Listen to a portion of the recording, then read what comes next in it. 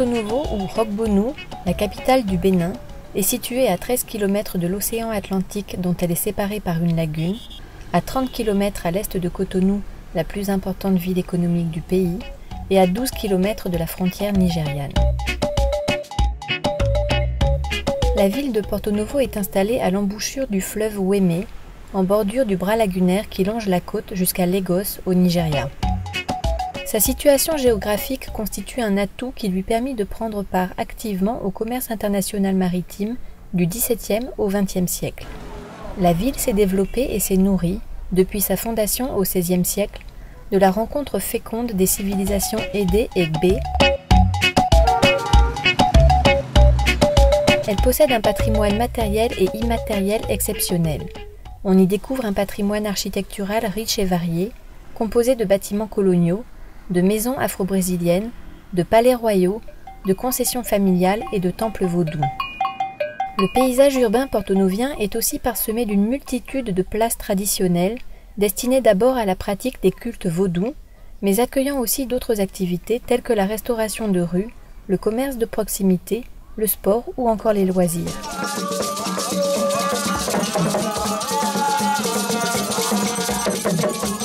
Présentes dès la fondation de la ville, ces places sont à la fois des marqueurs urbains, la mémoire de Porto Novo et le cœur de ses sociabilités. La ville de Porto Novo est, depuis son origine, creusée de culture et de culte d'une grande vitalité à l'origine de sa forte identité. Avec une population de 400 000 habitants environ et une forte croissance spatiale, la ville est confrontée à une urbanisation non maîtrisée et non planifiée. Les équipements et les services collectifs ne suffisent pas à satisfaire les besoins des populations des quartiers précaires en expansion. La gestion des ordures ménagères demeure une préoccupation cruciale à laquelle nous devons trouver des solutions durables. Elles sont souvent utilisées par les populations pour remblayer les zones humides afin d'y construire des logements, ce qui crée évidemment d'importants dégâts, surtout pendant les périodes de crue. L'installation des populations dans ces zones inconstructibles, sous l'effet d'une urbanisation spontanée, rend plus vulnérables les écosystèmes au niveau de la berge lagunaire. Je souhaite préserver et mettre en valeur le patrimoine naturel et culturel du territoire lagunaire et du noyau ancien de la ville pour faire bénéficier à la population d'un cadre de vie sain et agréable et anticiper les effets du changement climatique.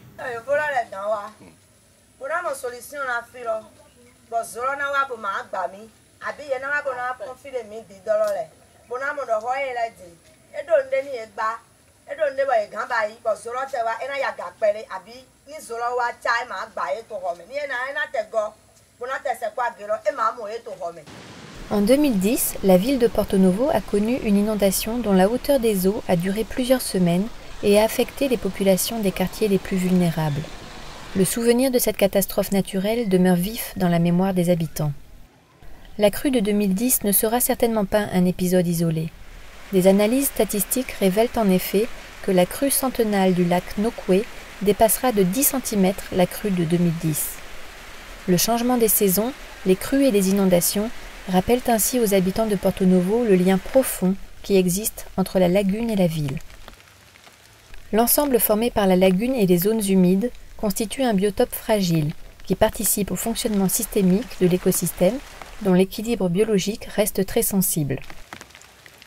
Conscientes de ces enjeux, les autorités souhaitent adopter une stratégie de développement durable prenant en compte les effets du changement climatique et la valorisation des ressources naturelles de la ville. Pour la mettre en œuvre, le Fonds français pour l'environnement mondial, partenaire de la ville depuis des années, soutient cette stratégie avec le projet Porto Novo Ville Verte. La stratégie du projet Porto Novo Ville Verte repose sur 3 objectifs majeurs. Planifier et aménager Porto Novo pour améliorer durablement la résilience de la ville face au changement climatique et les conditions de vie des habitants. Préserver et mettre en valeur le patrimoine naturel et culturel du territoire lagunaire et surtout du noyau ancien. Renforcer les compétences institutionnelles et techniques des services municipaux. Les activités économiques locales doivent impérativement prendre en compte la gestion des impacts environnementaux dans leurs actions. Mettre en valeur la lagune, c'est recréer le lien avec le centre-ville ancien, créer de l'emploi pour les habitants et mettre en valeur le potentiel touristique de la ville.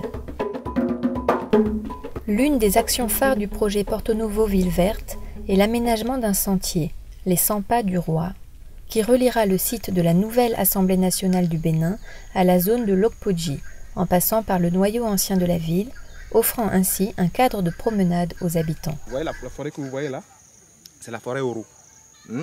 Et vous savez que entre le sud du Bénin et le nord du Bénin, il y a que au nord, c'est la législation, c'est les lois qui sont intervenues pour protéger les réserves de la Pendjari et de Doubvé.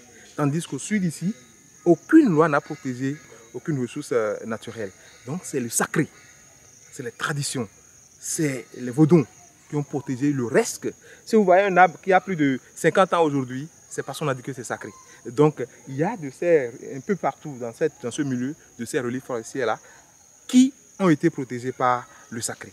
Donc nous, avec les communautés, nous essayons de promouvoir, de valoriser ces connaissances. Parce que nous avons commencé par amener dans ces milieux des touristes, français, belges, anglais, tout. Et si les gens sont intéressés à voir ce qu'on nous demande de protéger, c'est que c'est intéressant quelque part. Donc c'est comme ça qu'ils sont de façon volontaire mis ensemble avec nous pour continuer ces activités de protection-là. L'aménagement du sentier, les 100 pas du Roi, est l'épine dorsale du projet Porto Novo Ville Verte, puisqu'il allie protection et mise en valeur économique de ces espaces naturels, tout en créant le lien entre la ville historique et la lagune. Il s'inscrit dans la stratégie de croissance pour la réduction de la pauvreté et contribuera à la mise en œuvre de la politique nationale de la décentralisation et de la déconcentration du Bénin. Il est initié et soutenu par le Fonds français pour l'environnement mondial, l'Agence française de développement et a été conçu par la municipalité de Porto Novo avec l'appui technique de la communauté d'agglomération de Cergy-Pontoise et la métropole de Lyon, deux partenaires avec lesquels la ville est en coopération décentralisée depuis 20 ans.